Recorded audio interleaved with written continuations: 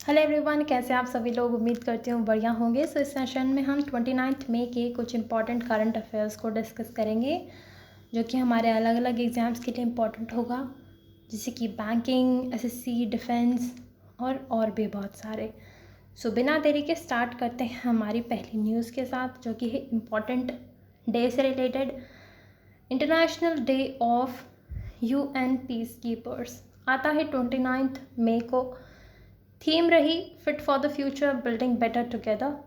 And UN peace keepers क्या होते हैं? बेसिकली अलग अलग कंट्रीज से कुछ पर्सनल भेजे जाते हैं, सोल्जर्स भेजे जाते हैं, ताकि जहाँ पे भी कॉन्फ्लिक्टिंग एरियाज़ हैं, किसी कंट्री में कोई कॉन्फ्लिक्ट चल रहा है, वॉर चल रहा है, तो वहाँ पे शांति बनाई जा सके।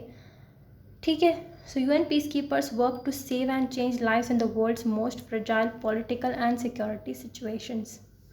नाम में लिखा यूएन पीस कीपर्स, काम होता है पीस मेंटेन करनी है किसी भी तरीक़े से। ठीक है। तो अगर अब हम बात करें कि भाई इसको याद कैसे करना है, सो याद करने का सिंपल सा तरीका देखो। माँ है किसी की, माई या मे से माई ले लेना, किसी की माँ, और वो अपने दोनों बच्चों को दोनों बच्चों को डांट के कह रही हैं कि लड़ा मत करो, तुम पीस रखा करो, पीस।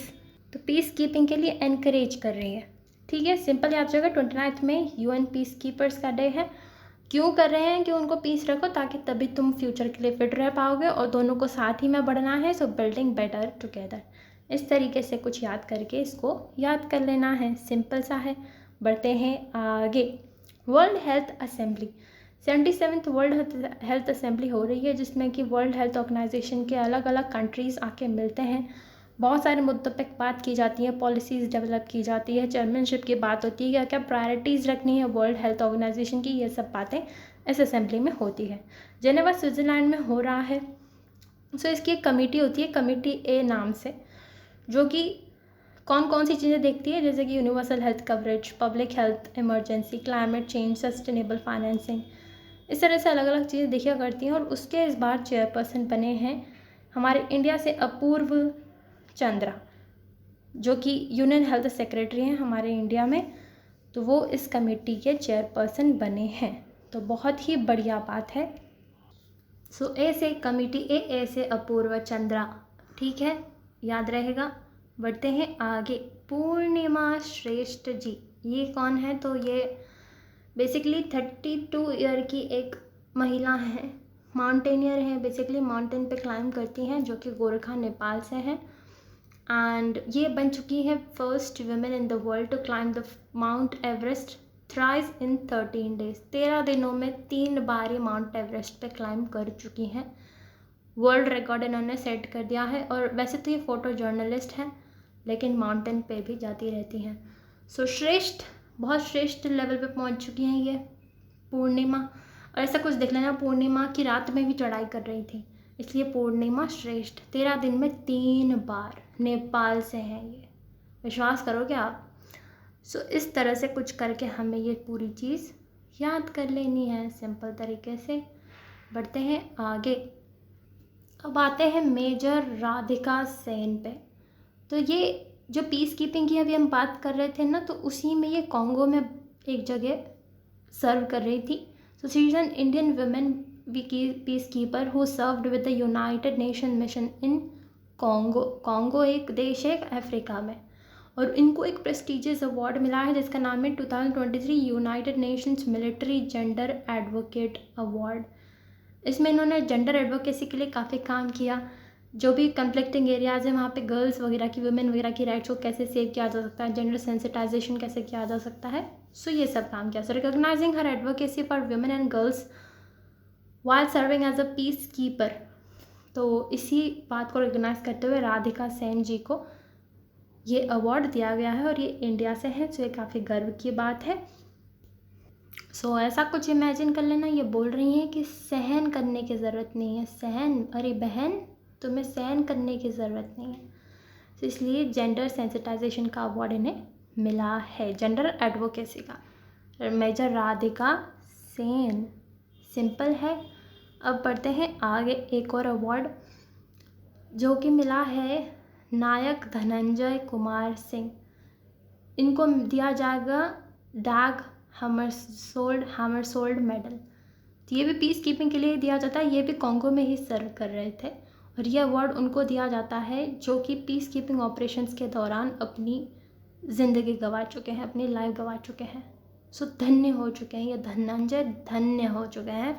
इन्होंने इतना बड़ा काम किया कि यहाँ पे सर्व करते करते अपनी जान गंवा दी। सो डैग हैमरसोल्ड मेडल मिला है इनको।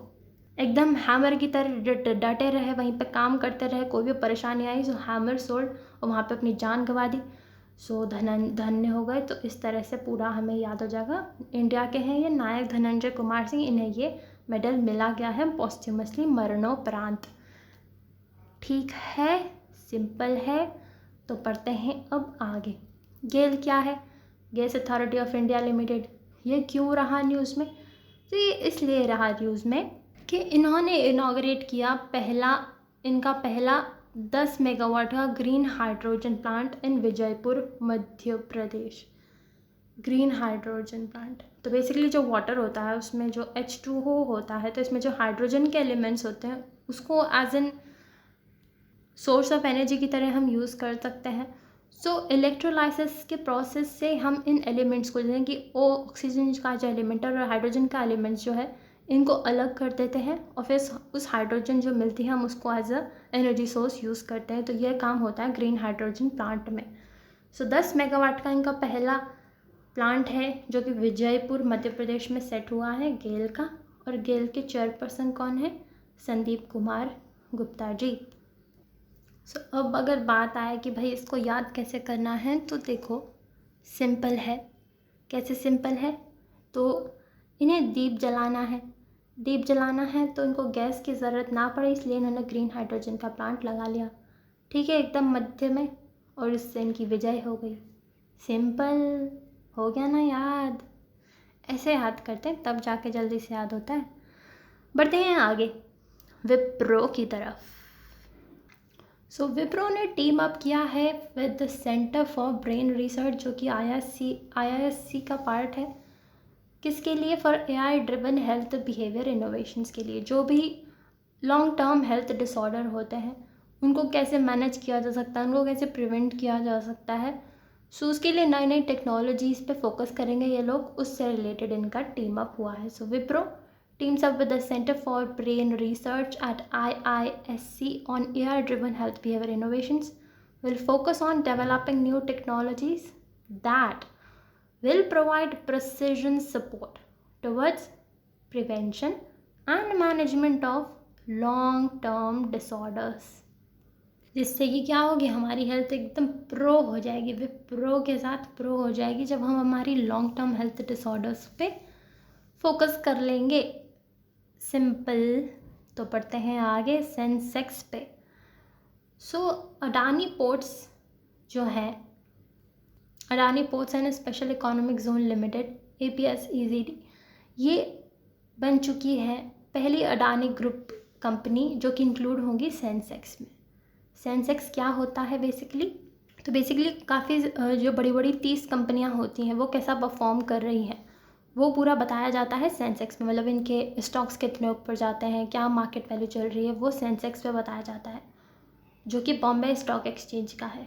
ठीक है, उसमें ये पहली बार जो है अडानी ग्रुप की कोई कंपनी आई है जो कि है अडानी पोर्ट्स। विप्रो को ये रिप्लेस करेंगी जून में। ठीक है, so APSEZ and Adani Enterprises they are already part of Nifty at the National Stock Exchange. अब एक और होता है जिसमें 50 कंपनियों की जो मार्केट वैल्यू है वो किस हिसाब से काम कर रही है वो बताता है हमें निफ्टी, जो कि नेशनल स्टॉक एक्सचेंज का है। तो उसमें तो ये ऑलरेडी लिस्टेड थी और अब सेंसेक्स में भी लिस्ट हो जाएंगी विप्रो को हटाकर। सो अडानी आ गया नहीं, सेंसेक्स में नहीं, सिंपल नहीं, ऐसे करके याद करेंगे। सेंसेक्स लॉन्च किया गया था 1986 में और ये कंट्री का काफ़ी पुराना, एक्चुअली सबसे पुराना और मोस्ट ट्रैक्ड इंडेक्स है। And it was designed to measure the performance of 30 largest and most liquid and financially sound companies across key sectors of the Indian economy. अलग अलग सेक्टर्स से बड़ी बड़ी 30 कंपनियां लिया जाती हैं जो कि काफ़ी फाइनेंशियली साउंड हो, उनकी परफॉर्मेंस को ट्रैक किया जाता है सेंसेक्स में। और बाय एनुअली रिकॉन्स्टिट्यूट होती है, मतलब कि क्या क्या उसमें कंपनी इंक्लूड होंगी नहीं होंगी ये साल में 2 बार देखा जाता है, एक तो जून में और दिसंबर में। सो जून में ही APSEZ जो है इंक्लूड हो जाएगी, विप्रो हट जाएगी। सिंपल। और निफ्टी 50 की बात करें तो ये थोड़ी ब्रॉड बेस्ड है, क्योंकि इसमें 50 कंपनियों को लिया जाता है जो कि blue chip large liquid stocks हों जिनके, और नेशनल स्टॉक एक्सचेंज पर ट्रेड होते हैं। 1995 में स्टार्ट हुआ था, लेकिन जो नेशनल स्टॉक एक्सचेंज है वो 1992 में ही इनकॉर्पोरेट हो गया था। सिंपल। सो बस इतना ही था। I hope this session help you. Thank you so much. Have a nice day.